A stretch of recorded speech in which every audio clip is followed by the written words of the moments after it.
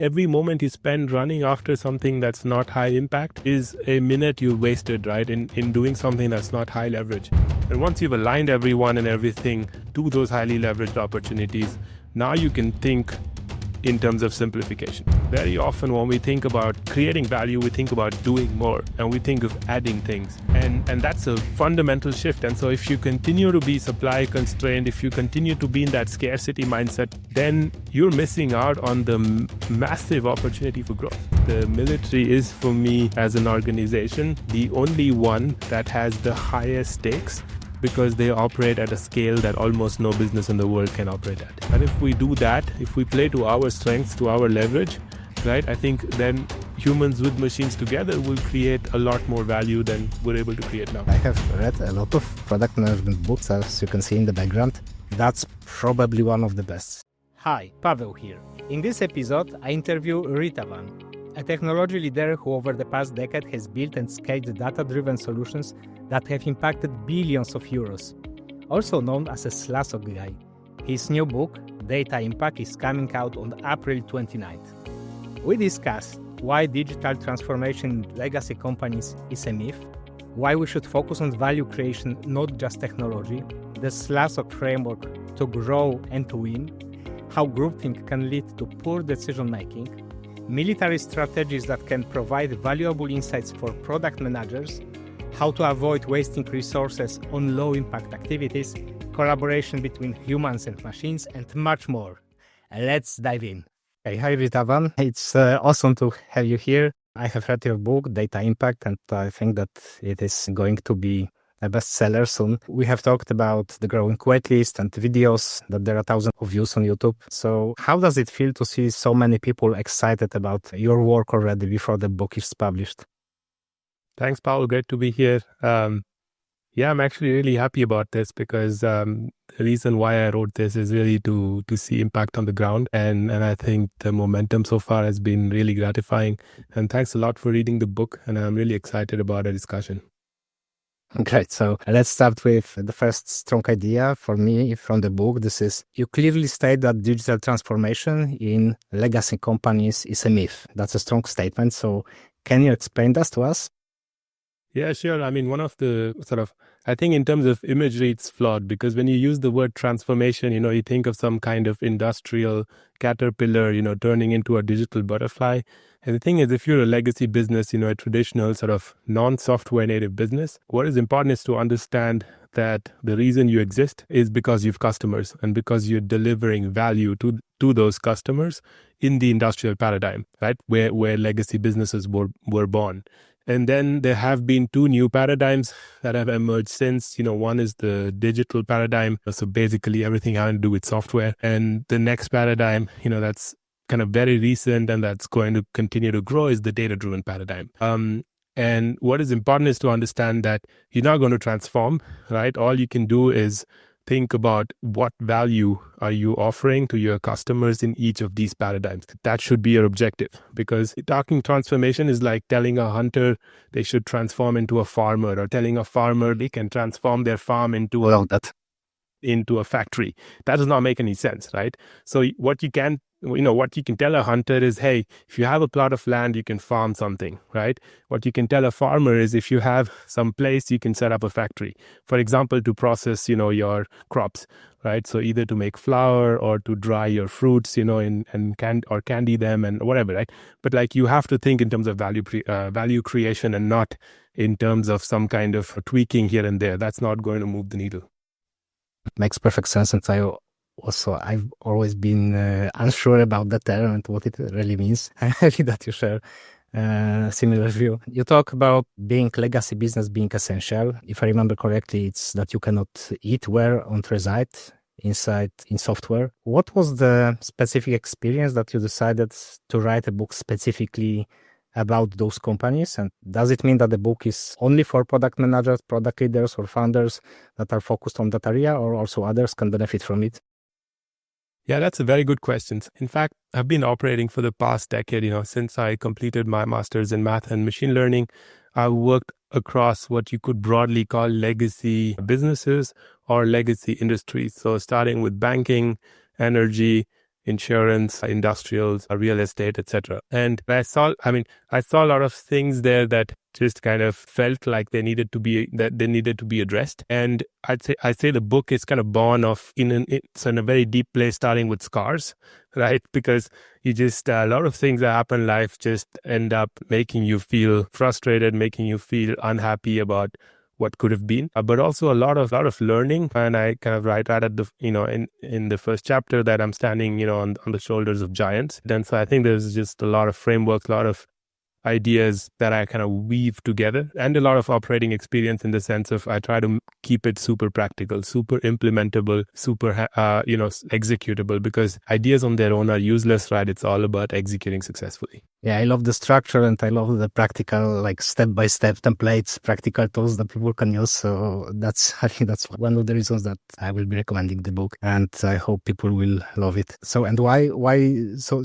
The reason why you focused on those companies is that you have been working with them, and also I think you need credibility, right? Or you need some kind of foundation about what you're talking about. And I think I have worked across legacy businesses and industry. So I worked with a lot of startups and scale-ups in these sectors too, like in legacy sectors.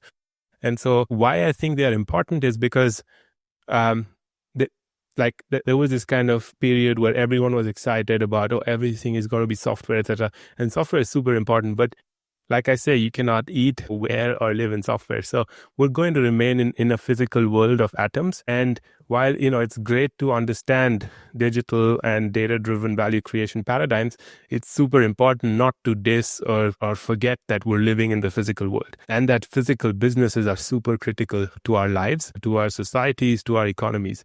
And there is just so much amazing content for SaaS, for startups, for a lot of sort of, digital first, digital native businesses. And what I felt was there was something missing for legacy businesses, right? For non-software native businesses. And that's why I wrote this book, because I felt I didn't have a lot to add to the already, existing amazing content. And so that's the reason why I wrote this book. And to your other question about, is it only for legacy businesses? In fact, we've got some really good positive feedback from a lot of people across the board. And in fact, one of my early reviews, I got a 5-star review for a book award, and as part of a submission to a book award. And what they said was, this is, in its broadest sense, it's a book about how to make smarter decisions. And from that point of view, it's actually if you were to generalize the idea, it's actually a business self-help book in the sense of it applies to really everyday situations for anyone. But of course, when you write a book, you know this from your amazing work with Product Compass and what are you doing, which is that you need a clear ICP, you need clear focus if you want to deliver value. And so for me, that focus is legacy business owners. Yeah, I understand. So it's like also positioning, but also part of your credibility. But as a person who has been working like more than 15 years in software engineering, I think that almost every piece of advice from the book can be applied to software as well. So I think I'm really happy to hear that. That means a lot coming from you. Could you give us a short summary of the framework? So let's go through the steps. I think the framework has 6 core steps, right? The steps are save, leverage, align, simplify, optimize, and grow, right? And the first step is save. And save is all about avoiding costly groupthink mistakes, right? And that lead to low impact. The next step, leverage, is, once you've saved money by not doing, in the broadest sense, stupid things, right? Now you can invest that money on the few things that bring very high impact, right? And that's what leverage is about. It's about identifying your unique unfair advantage, right? And then counter positioning based on that and leveraging it to drive value creation. Then once you've identified, right, this high leverage opportunities, and there aren't they're not hundreds of them, right? So you need to find, it's not so much about doing a lot, it's about doing the few right things, identifying them and doing them. And to do them successfully, you need alignment, meaning you need everyone and everything to be aligned to those few leveraged opportunities. Right? That's the only way you can execute successfully. And once you've aligned everyone and everything to those highly leveraged opportunities, now you can think in terms of simplification. And why simplification is super important, because very often when we think about creating value, we think about doing more and we think of adding things. The important thing is when you're problem solving, when you're doing stuff, but every time you add something, you're increasing the complexity of the overall system. And so unless you actively have a principle that kind of forces you to simplify, complexity will grow out of control and that will lead to eventual collapse. And once you've simplified, right? So now where do we stand? We have saved by, cutting out a lot of wastage. We're focused on the highly leveraged stuff. We've identified it. We've aligned everyone to that. We have simplified the rest. And now you're ready to optimize, because unless you optimize, you will not get the maximum return out of what you've set up so far. And once you've optimized, now you're ready to grow. And what do you mean by optimize? So by optimize, I mean once you have a setup, right, that leverages a unique strength that everyone's aligned to, and that you've removed all the clutter, now you need to push the boundary beyond just what is good enough, right? And so I have this notion of satisficing, which is a combination of satisfy and suffice. And what happens very often is when you have a few, when you start winning, you very quickly then say, it's okay, we're already got some wins, why should we push harder, right? And it's exactly at that point that you want to say, great, we need to max out our potential. Because if you don't, right, the risk is that someone who's done the same thing, so someone who has found their own leverage, who is aligned everything and everyone to that leverage, who is simplified, if they optimize and you don't, they will grow faster. And so it's almost like logically, unless you optimize, you're not making full use of the opportunity in front of you. Yeah. And then, of course, all of this is to grow, right? I mean, the whole point of this is to grow. And so that kind of wraps up, brings together this framework. Yeah, makes perfect sense. And when I'm listening to it, if I didn't know that this is about legacy companies, like maybe examples in the book, some of the examples are about legacy companies, but safe waste reduction, this is, for example, product discovery that every product manager does when working on a product. And by performing experiments, leverage is about focusing on what you are good at, your data, your team, your competencies, like having a funder market fit maybe, or just leveraging your existing resources, not trying to do something completely different. Aligning for me is about strategy. So in strategy, first you need to formulate strategy, and not every company has it.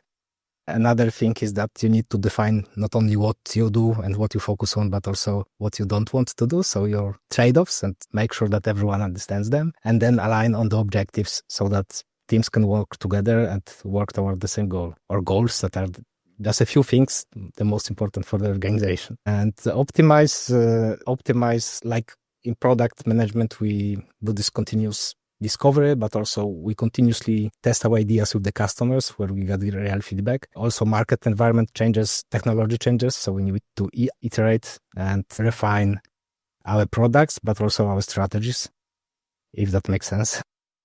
No, totally. I think. And grow, so it's just grow. So that's the ultimate goal. Yeah, no, for sure. I think it very much kind of applies also to product management broadly. But I think what's also important to keep in mind is what kind of product manager and what kind of product, right? So at a legacy business, when you speak about product managers, these are usually people who are working on electrical, mechanical, mechatronic, etc. products. These are not software products, right? While when you and me speak about product management, we mean software products, right? Or at least kind of, software products with some kind of, learning algorithm, some kind of data-driven algorithm on top, right? And so I think why I wrote this book is also to highlight the fact that what is good product thinking and product management in the tech sort of, software product space is different for other technologies. So let's take the example of a car, right? A lot has been made of, for example, Tesla, right? Where they say, they develop a good software, they release it very often, etc. At the same time, you also hear how things are falling off these cars, how they crash, right? How the physical, let's say the traditional car part of these cars is not good. And similarly, you hear the opposite for some of the German cars where they're struggling to write good software, but overall the physical part of the car, right? The mechanics, the engine, the electronics, all of that is rock solid and good quality.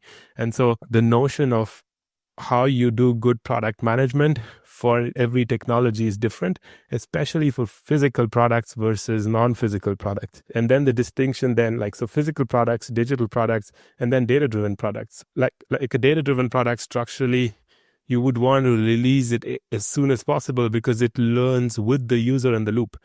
So, like a physical product like an aircraft or a car, you would want to test to a point where you only release once it's 99.999 whatever % sure not to break or explode. A digital product you can launch at, let's say, around 60-70% of maturity because you will optimize it based on user feedback. And the data-driven product you would launch even earlier. And so these are fundamentally different ways of working. And so if you have a company that is trying to operate in these three value creation paradigms, if they design the same set of processes, right, the same way of thinking and operating, they will struggle. Just like Tesla struggles to make good hardware and the German car companies struggle to make good software, right? I think that's for me the perfect example in industry where you see the clash of these value creation paradigms and where you see that they're fundamentally different. And so that you cannot really transform anything. These are separate paradigms. You need to understand these paradigms. You need to operate in these paradigms in a way that you can win in each of these paradigms, and that you cannot apply the same winning strategy across all of them. So what are the differences between the work of product manager who works on a physical product and product manager who works on a software or technology? Yes, I think that there are multiple kind of dimensions along which you can look at this. So one is, for example, development cycles, right? A physical product structurally has much longer development cycles, usually 5 to 10 years, depending on how regulated the market is, right? And so we're looking at aircraft, cars, industrial equipment, all of these things just have multi-year or even a decade-long development cycle. If you look at software, you want to be releasing much, much, much faster, right? And if you're looking at data-driven products, in fact, the product itself grows through user interaction, right? A data-driven product grows based on data, right? And so you cannot really, at least for software, for example, you want to reach a certain core set of value delivered before you pull the user in. For a data-driven product, you want to go even sooner. And so, in that sense, the product management for these three paradigms is fundamentally different. And the book name is Data Impact. So how do you collect data in those legacy companies? Yeah, so actually, what I start out by saying is, if you're a legacy business, you're not a startup, right? Meaning by definition, you already have customers. You're not trying to acquire customers, you already have customers. And so you should start there. So for example, the leverage step, one of the first things is understand your customer demand properly. And it sounds very obvious, but like most people do not do that rigorously enough, right? They do not understand the power laws that drive their customer impact. And so when it comes to data, there is a lot of data available, but the objective is not to try to look for every possible data source and then spend hundreds of thousands or millions on vendor solutions, move all the data somewhere, start cleaning it without knowing what you're going to really do with it. The important thing is to find your leverage, which is usually one or two things that you weave together. And that's the only data that matters, right? It does, like, just because you have data somewhere doesn't mean it's creating value, right?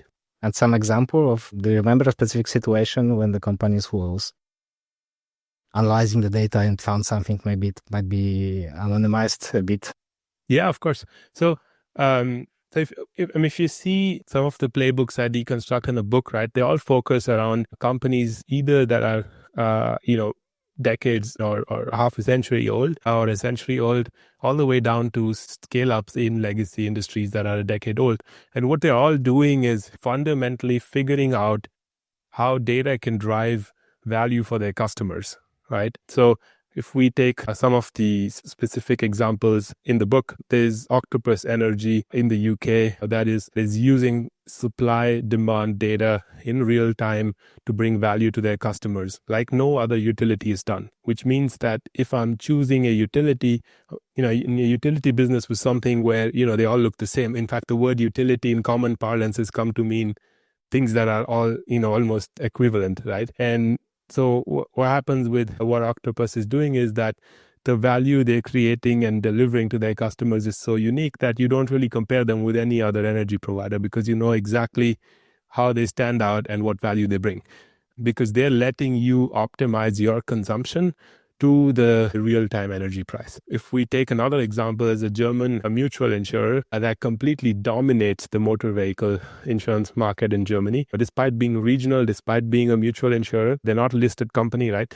And what they've done is fundamentally understood the value they deliver to their customers along, 3 core values, which is they're entirely digital, right? Again, sounds very obvious, but most of German insurers don't even have email addresses for all their customers. So they're completely digital. They have an extremely simple user experience online. So insurance per se is a very complex product, right? And complex industry. And what they've done is radically simplified it for the user.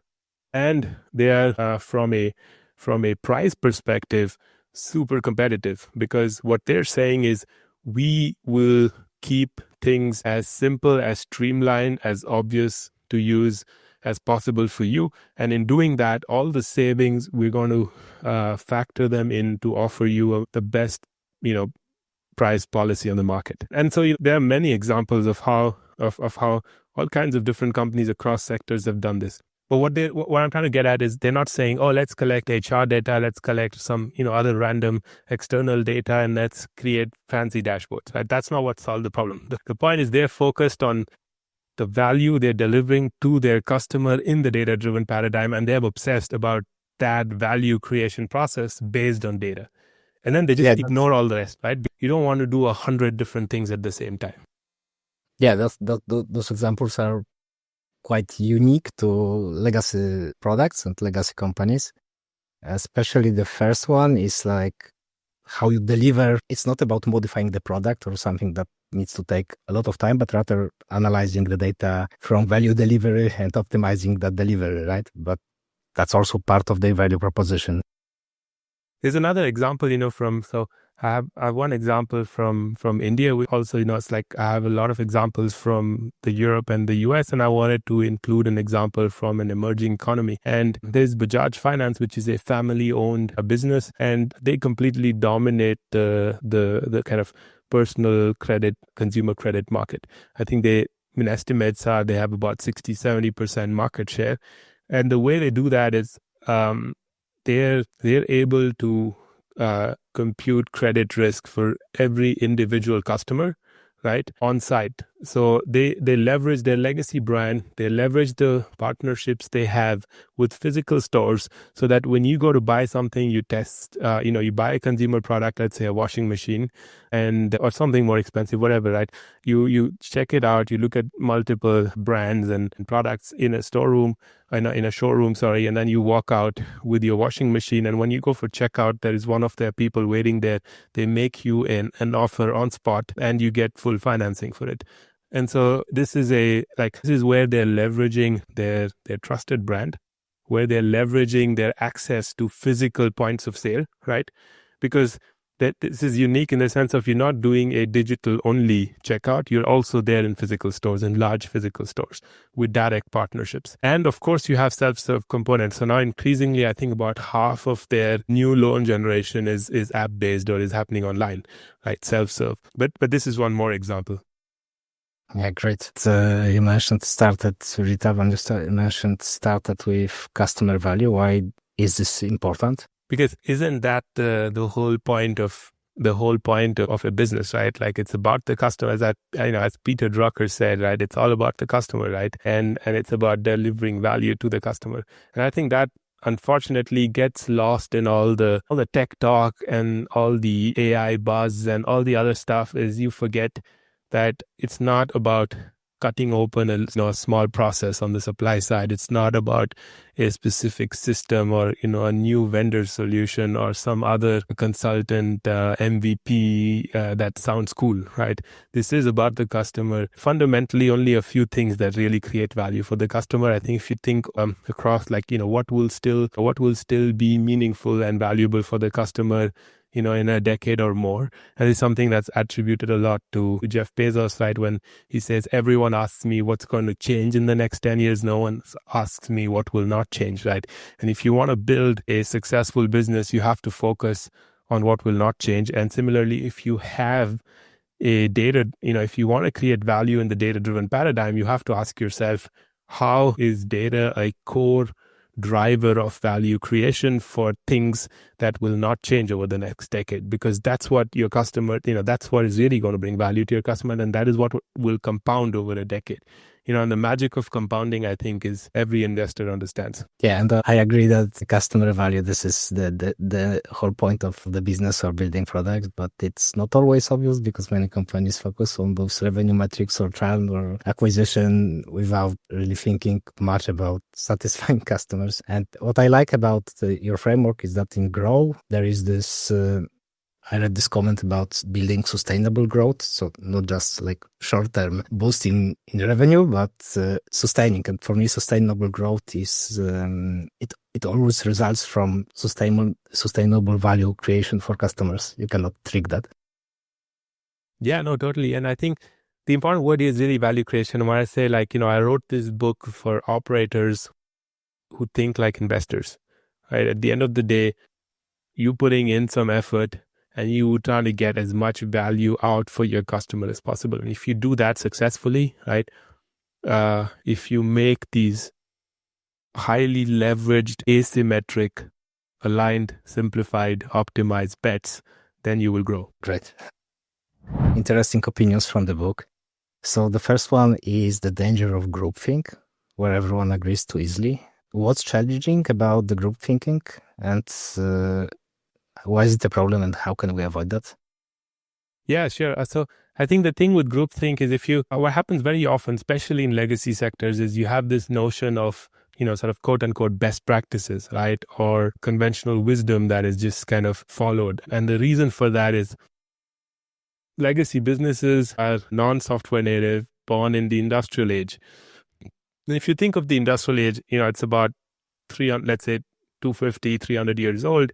And the whole point was supply, right? Meaning until the end of the Second World War, across most of the planet, we were supply constrained, right? That's why you had mass migrations during colonization. That's why you had a lot of trade around the world where people were trying to move physical products around, the shortage of initially, things like spices and silk and all of that, right? I mean, that's kind of, the old movement of goods those were the super value stuff, pearls and all of that. And then you move into raw material for the industrial age, like oil and steel, etc. Now what happens, and other minerals.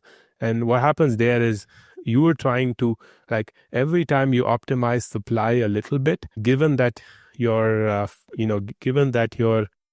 physical product is made up of raw materials and labor, if you can optimize something in the production process, your profits increase significantly. So that's how value creation works in the industrial paradigm. And so, unit labor and raw materials and improving the supply side is what brings you more value, right? Because once you've produced it, if you produce it the cheapest possible, right? So let's say you're making coffee mugs, right? Almost every, at the end of the day, it's not like every coffee mug is not that different, right? So then it's pretty commodity, right? So in that sense, you want to make it as cheap as possible. And if you make it as cheap as possible, you will make more money, right? But the moment you move, what's fundamentally happening here is that you have constant costs of replication, right? So once you've set up your factory and all of that, from then on, you have constant costs of replication and constant costs of personalization, right? So if you want to write someone's name on every cup, that's going to cost you the same. Let's move to the digital paradigm. And now what happens is your replication costs essentially go to zero, right? You write software once. If I have the ebook I gave you access to, I write it once, I can give access to as many people as I want. So if we take books, right? So this paperback costs a certain amount because, it's made of all this paper that costs money, and every paperback will cost about the same, right? But the Kindle version is much cheaper because I need to set it up once, and then there are no logistics costs. Nothing is being sent around physically, and there's no new paper needed, right? And so the replication costs have gone essentially to zero. The personalization costs remain. Meaning, if I try to write an extra, personalized chapter for every reader. I can't really do that. It's going to take time, a unit of my time. If we move into the data-driven value creation paradigm and we look at this same book, we went from paperback to ebook to now, let's say, an LLM trained on everything I've said on my book, on all the other books that have inspired it, right, on blogs, on whatever. And now suddenly I can say, for half the price of the ebook, you also get personalization, right? Because now, you can ask one deep question and I will generate one personalized chapter to your question, right? And that is what has fundamentally changed. And so it's not about supply anymore, right? What's happening increasingly is that supply is becoming almost free, right?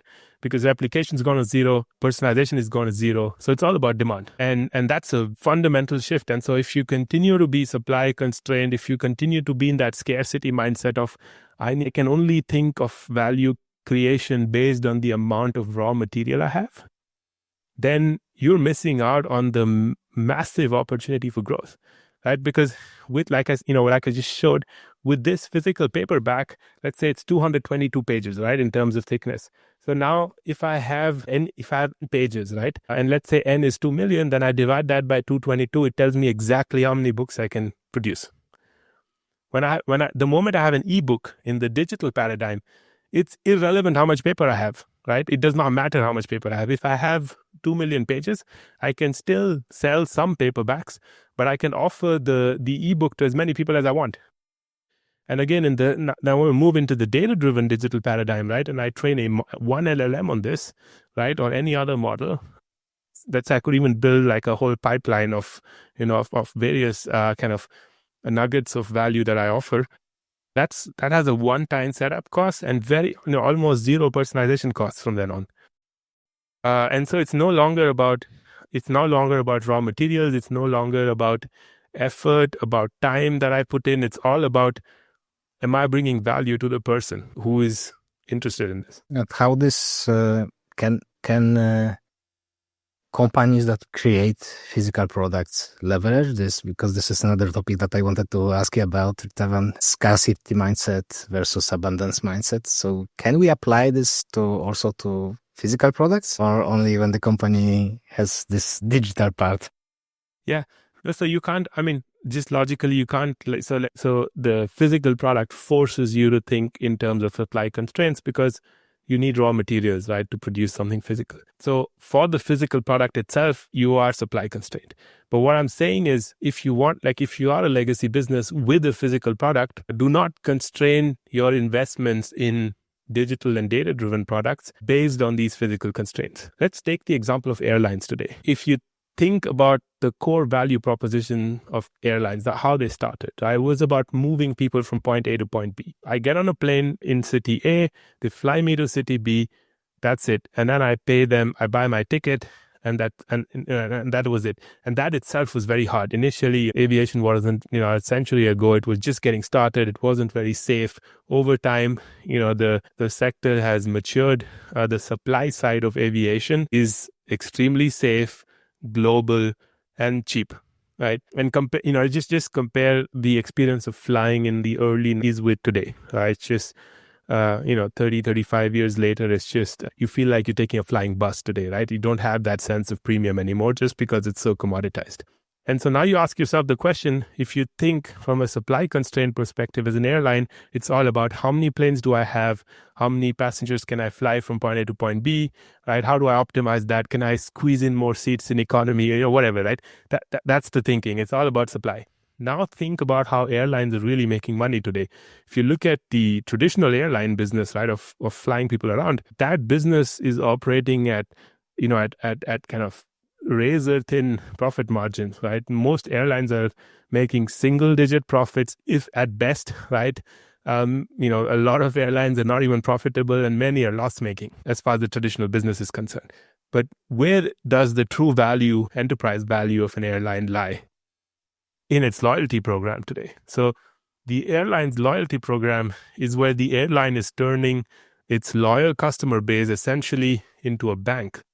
right? So every time you fly, you get miles. The airline sells those miles to a whole bunch of other partner companies, right?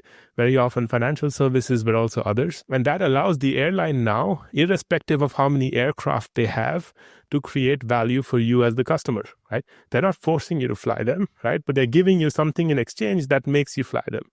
And I've observed this myself, right? Very often you might have a ticket that's cheaper from another airline, but you really want those miles, right? Because, next time you get an upgrade to business, or you get lounge access, right? Or you collect those miles on your credit card. And with that, you can buy something for cheaper for Christmas, right? Or you get an extra travel insurance on top. And so what happens here is the core airline business of physical aircraft, of optimizing routes and supply and moving people around is irrelevant. It's all about demand, and it's about creating value for the customers you acquired originally through your airline operations, but giving them more value through partnerships, right? With banks, with insurers, with taxi companies, or whatever, like the last mile commute, for example, from the airport to your home, with lounge access, right? With other airport services. So it's a combination of your core business in the industrial paradigm, a whole bunch of new services, weaving all that together in a data-driven way. This can only be done data-driven, right? So in a sense, they are leveraging the data that they have right? Because they offer...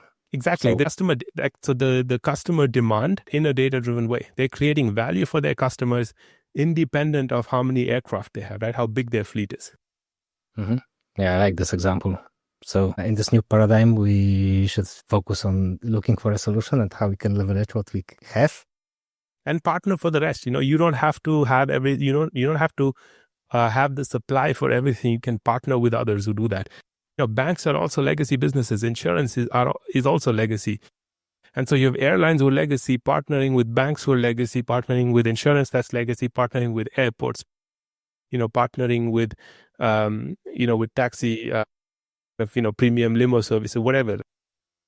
And so it shows that at the end of the day, it's about delighting your customer, and it's delighting your customer in a very personalized, data-driven way. Yeah, great example. Thank you for that. Any other surprising ideas that came up besides groupthink and abundance that came up when writing data impact, RITAVAN? Or maybe something that you can leverage not only at work, but on a personal level?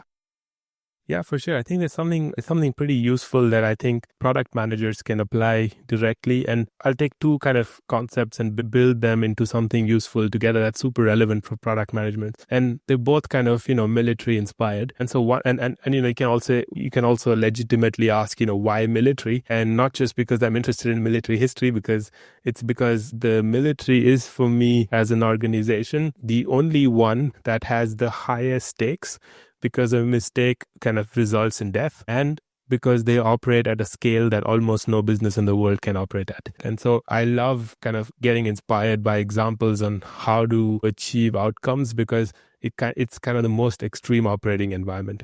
And let me weave together through two things. Yes, sorry, but I just because I just comment what you said. So it's not that uncommon. So for example, there is a great book, Extreme Ownership, that is about leadership and leading others. That is also written based on military experience. So I perfectly get that.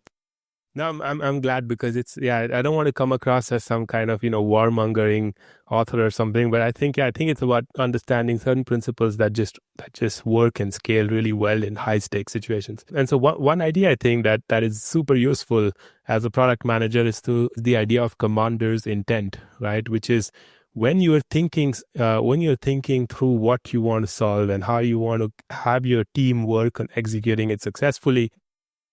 Yes, you can follow a whole bunch of rituals and practices, and it can be all the different flavors of agile or whatever. But very often what happens is these all become rituals, right? It's like, we have to do this meeting now, and we have to do another meeting now, and we have to write our PRD, and we have to write something else here, and we have to write something else there.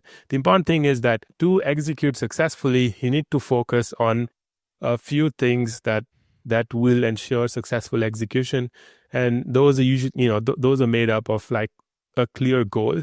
And I think sounds very obvious, but very often the clear goal is not stated properly and not in a simple way, in the sense that not everyone understands it, right? An end state, which should clearly define your ideal outcome, a sequence of sort of high-level phases or steps to get there, right? And what resources and teams need to come together. An initial state, right? To say, look, this is where we stand today. This is where we're starting, right?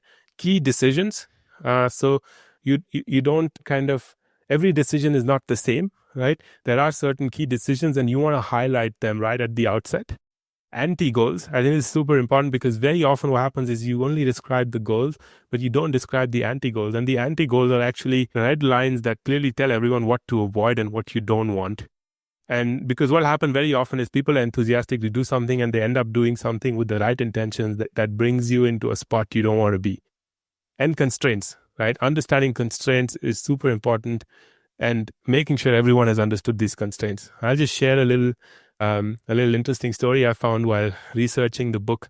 So apparently Napoleon had an old, illiterate staff, foot soldier in his general staff. And the reason why he kept this person on his general staff is every time there was a written order drafted to be sent out to the units, it would be read out to this illiterate old foot soldier, because he's illiterate, he can't read, right? Which means, if you think about it, right, a typical unit would have the commander read out the orders.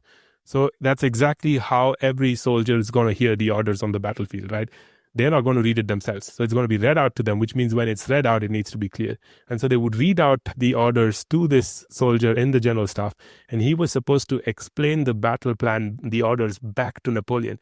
And if his interpretation of the orders was not at the level of clarity that Napoleon wanted, it would be rewritten until it reached that level of clarity. And this is something that if you can get a whole bunch of units on a battlefield to coordinate to achieve something, and this level of quality in communication helps you achieve that, it shouldn't be that hard, to get your engineering, product, and marketing teams to align. So I think raise the bar of alignment and communication, and you will get better results, significantly better results. And so combining this idea of commander's intent with another super important concept, which is the idea of relative superiority. And what happens very often is, as product managers, we do two things. One is we try to define our goals and do a whole bunch of rituals and follow certain practices and processes to achieve those goals. And what happens very often is the intent gets lost in the way. And the other thing is that we love making roadmaps, right? So we draw these bar charts. This will take this much time, etc. And time is a very arbitrary. If you think about it, like in a very abstract sense, like time is a very arbitrary axis on which to plot things. Yes, some kind of the finance person might want to plot something on time, right? But from a product craftsmanship perspective, time is irrelevant, right? What matters more is certain critical points along the journey, the mission you're on, right? And this idea of relative superiority was actually in the master thesis of the person who led the raid that resulted in Osama bin Laden being shot. And this was written by analyzing a whole bunch of special operations in the 20th century to see what common pattern exists across them. Because if you think about it, a special operation by definition, it has the word special, which means each operation is unique. But the idea was to say, hey, there must be something, right, that's common across them. So this was the master thesis of Admiral William McRaven. He has a very good YouTube commencement speech. I think that was very popular, where he spoke about some other set of values, I think, that are very good life lessons. But what Admiral William McRaven then said is, if we look at a mission, achieving a certain objective, once that intent has been communicated, you want to mark out the critical phases where you achieve relative superiority. And what that means is these are phases where there is a certain notion of risk. And when you cross that, right, it's your inflection point, you cross that, there is a certain part of the mission of your product development that is de-risked. So if we take, let's say, a hostage situation, where there are terrorists that have hijacked an aircraft, right? So the point of relative superiority can be once all the attackers have been neutralized. The mission is not over yet, right?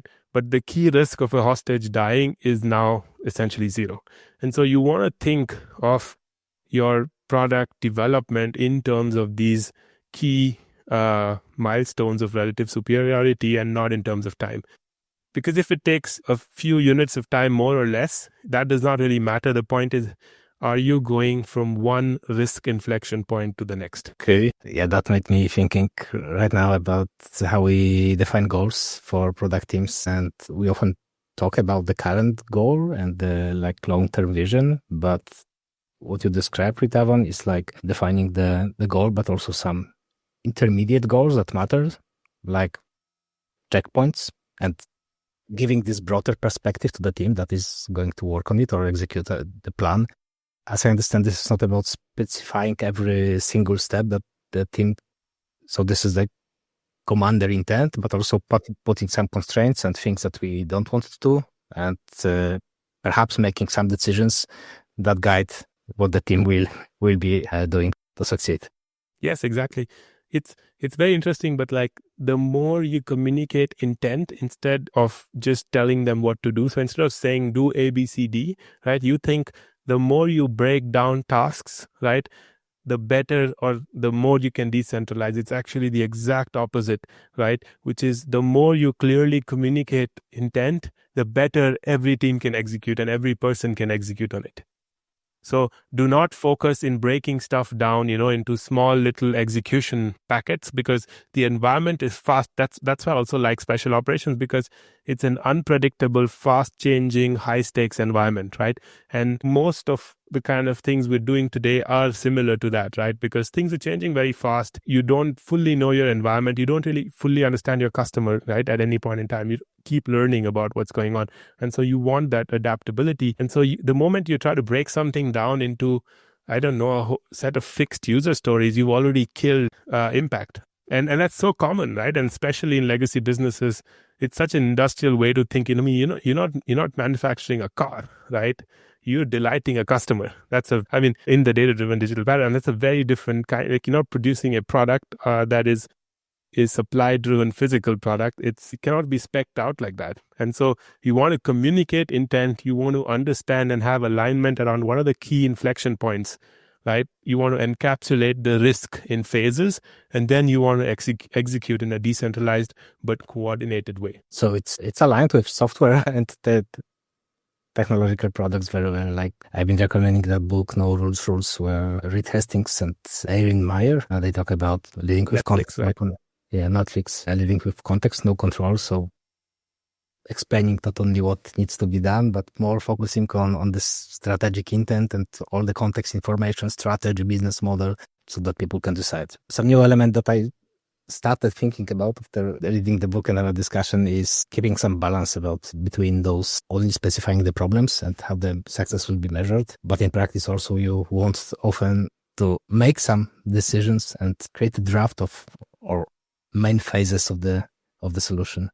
Does it make sense?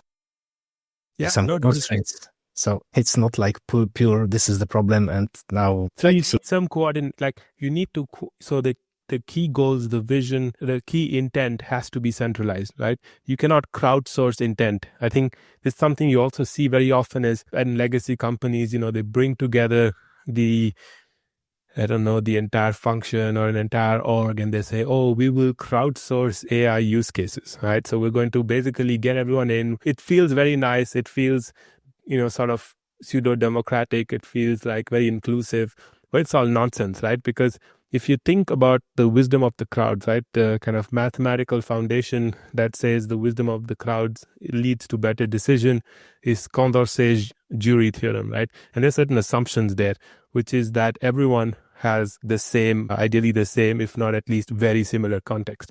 So if you look at, law, kind of legal trial movies or TV series from the US, right, where they have a jury system, you see all the jurors are seated at the same time through the entire trial, every time evidence is presented, so that everyone has the same context, because otherwise this thing doesn't make sense. You want the same incentives, right? So this is again like why you can't crowdsource something is because every team has different incentives, has different goals, right? Has different metrics they want to hit. And very often they're in conflict, right? So if you take just the typical tension between sales and marketing, right? Or sales and product, sales always wants to push the price down, right? Because, hey, the cheaper I am, the easier for me to sell and hit my revenue target, right?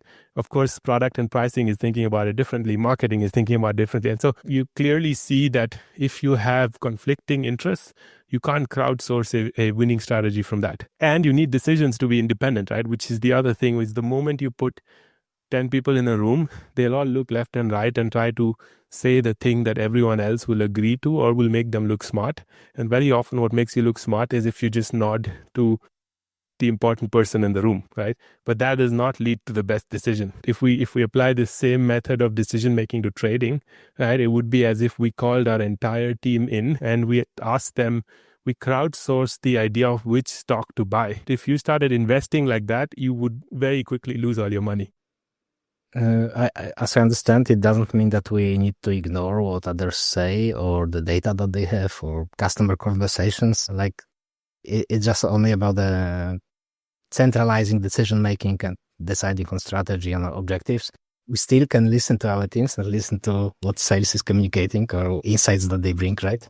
Correct. So information collection should be decentralized, but strategy definition cannot be decentralized, cannot be crowdsourced, right? Because it's about, so the people who are deciding something like this need the similar context and the right kind of overview and the right incentives, right? The incentives cannot be in conflict, just logically, because if you have incentives in conflict, you cannot come up with a winning strategy, because all you'll come up with is a good enough common denominator that everyone feels comfortable with, which is not a winning strategy, obviously.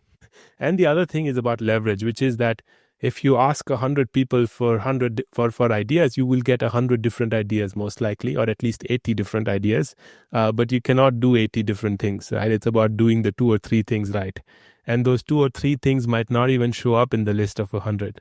And so I think executive capability and what leadership is about thinking through from first principles, what are those 2 or 3 things that are high leverage, and then executing with full alignment, in a simplified and optimized manner, ruthlessly, to get those things done. Because if you don't execute on them, it's meaningless. So RITAVAN, based on your framework, what are the common mistakes you see that teams, leaders, founders make when they try to use data in legacy companies? I think the most common thing is you just try to do, you think that effort is equal to outcomes, meaning you try to do too many things. Let's build more dashboards. Let's build more apps. Let's train more machine learning models. That's not what's going to drive that's not what's going to drive the needle. That's not what's going to improve the outcomes. You need to do the few things that matter, that drive the outcomes. And that's what leverage is all about, right? Which is like minimum effort for maximum outcomes. The other thing is alignment. I think we've gone through different examples. If you don't have alignment, it's not going to work. And alignment is just, in fact, the framework is just born through things that I've seen not being done properly. Leverage, alignment, and simplification and optimization is super important. And of course, growth, right? Which is, at the end of the day, it's not about supply. It's about the customer. It's about value delivered to the customer. And it's about growing with abundance. Yeah, like every step in the framework is logical. And I've been repeating for many years that product managers don't need to work 40 hours a week, like 30 or sometimes even less is enough. But what I see is that many people try to do many things that if they don't do it, no one will know in a month or 2. Like this making effort for the sake of making effort is like something glorified. And if you just try to find 1, 2, 3 things a day, or maybe one really important thing a week that will make a difference, you can get much better outcomes. I never understood why this is happening, that people put so much effort in things that don't need to be started, but they don't need to be done at all. Nothing will happen if they don't do it. Yeah, or you wait, the problem will disappear on its own. Yeah, no, exactly. But there are a few leverage things, and I think every moment you spend running after something that's not high impact is a minute you wasted, right? In doing something that's not high leverage. And then And so I introduced this idea of the data impact LNO framework. So the LNO framework was initially coined in the context of software products by Shreyas Doshi, who writes, a lot on product management. And I adapted this in data impact to come up with an LNO framework for data impact. And LNO is leverage, L is leverage, N is neutral, and O is overhead. And so the way I define these buckets is that overhead is anything you do that has a constant payoff. Doesn't matter how big the payoff is, but it's a one-time payoff.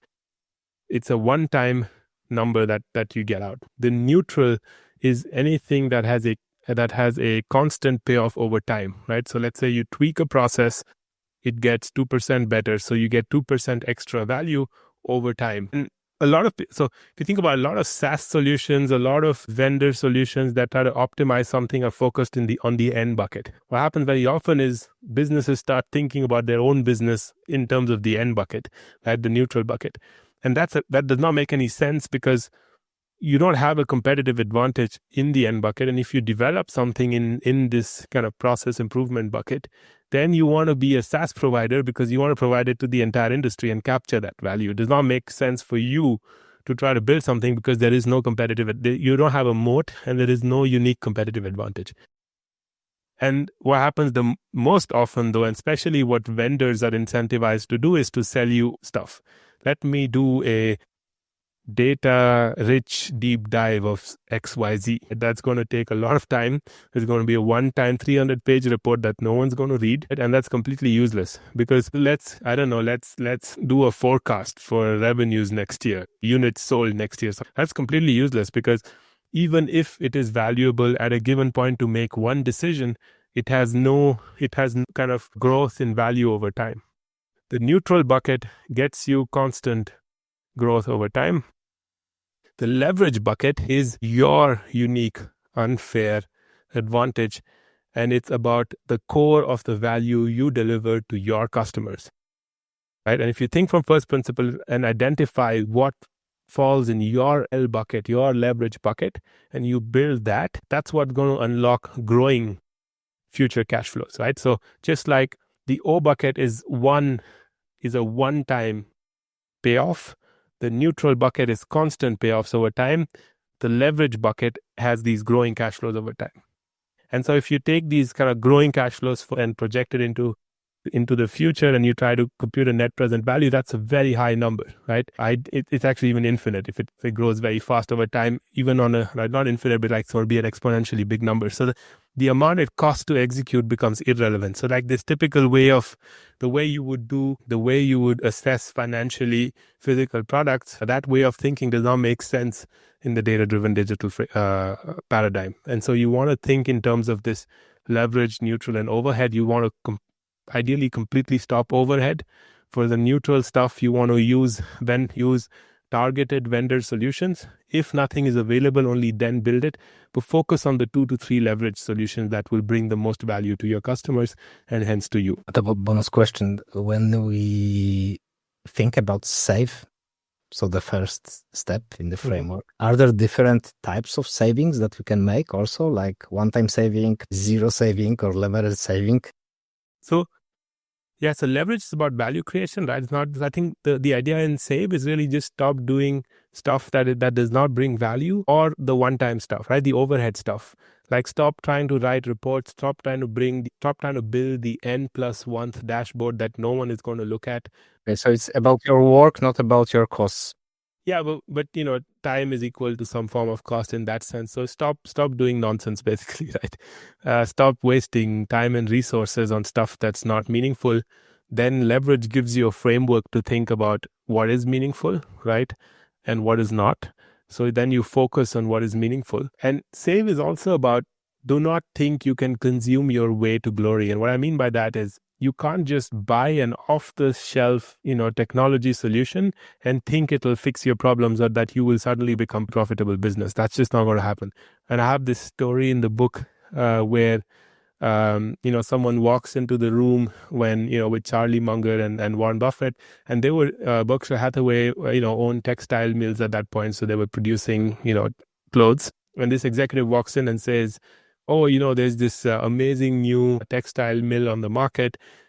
2x's output, it's like way more efficient. This is so, this is great for us. We should buy it. And Warren Buffett's reaction is, hold on, if this is true, we might exit the textile business.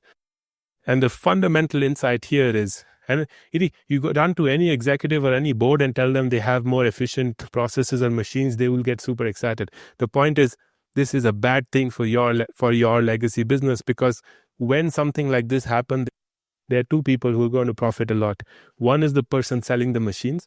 In our context, it's the people selling you cloud and SaaS or whatever else you're trying to use, right? Whatever software solution you're trying to use. I mean, just look at your bills. Right?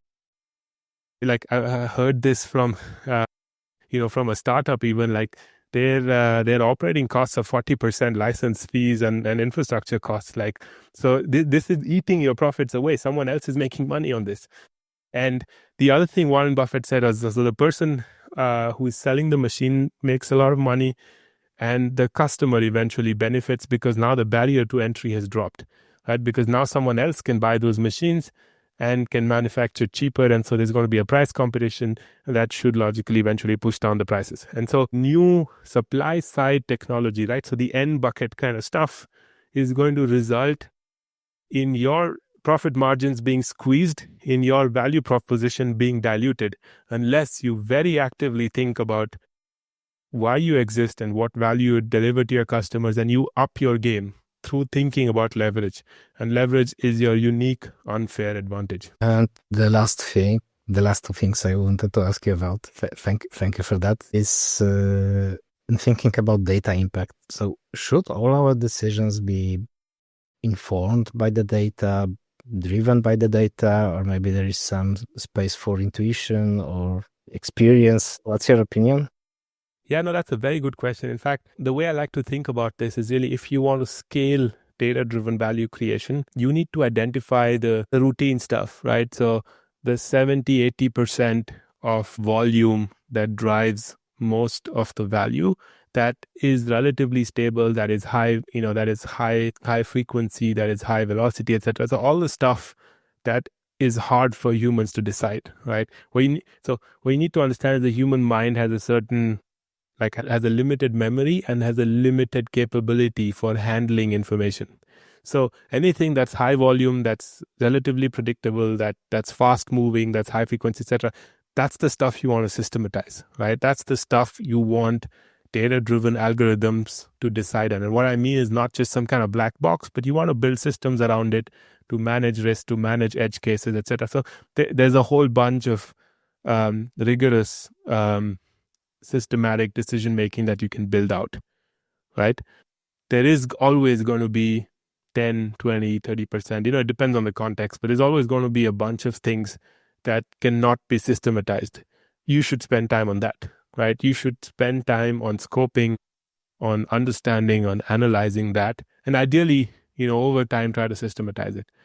That's the value of human intellect, because if you think now, as algorithms and machines get better and better at certain types of tasks, we as humans are now forced to confront the fact that we're not the only form of, in the broadest sense, we're not the only form of intelligence on this planet. But we need to focus on what makes us unique, right? We need to focus on our leverage, basically, right? So don't do a machine's job, is what I'm trying to say here, right? Like, focus on the super rigorous analytical stuff or the very kind of intuitive creative stuff. That's the stuff that algorithms today are struggling at. And I think that the barrier will change. Certain things that we think are creative today might be done by algorithms over time. But then, so the bar is rising, right? But there's always a whole bunch of stuff that we as humans are uniquely positioned to do. So just focus and do those well, right? Let the machine do the rest. What will be better at in 10 years? We as humans, or? Yeah. I think if we take this seriously and kind of try to get better, we will, I think, as a species, we have the opportunity here to get more rigorous in our thinking, right? More analytical, but also more creative and more intuitive in our thinking. And I think these are both things that make us unique, right? That make us different from machines, that make us capable of doing things that machines struggle with. And if we do that, if we play to our strengths, to our leverage, right, I think then humans with machines together will create a lot more value than we're able to create now. That's the goal, to deliver more value. Okay, thank you, RITAVAN. I don't have any other questions. That was really insightful. We discussed digital transformation and why we do not want to transform. The SLASOG framework, group thinking, abundance, helpful frameworks, and how to make data impact. And thank you also for being with us today and for sharing your knowledge and passion. And there is a promotion on Kindle on launch day, which is 29th April. So for 99 cents, your book. Correct. Okay, so I highly recommend it. That's a must-have position. And I have read a lot of product management books, as you can see in the background. That's probably one of the best, in my opinion. And I know that it is positioned as a book about legacy businesses, but I'm sure that every product manager, every founder, also in other areas, will benefit from it. It is extremely well structured. It refers to many first principles that people can apply. So yeah, highly recommend it. Thank you so much, Pawel. It means a lot coming from you. And I just want to say thank you for the work you do. I've been subscribed to the Product Compass, and I really enjoyed each one of your emails. And I think it's really valuable the way you make resources available to product managers. I've learned a lot. And more power to you. Keep doing what you do. Thank you. Okay. So thank you once again. And I hope we can talk after your book. Yeah, thanks. It will become a bestseller.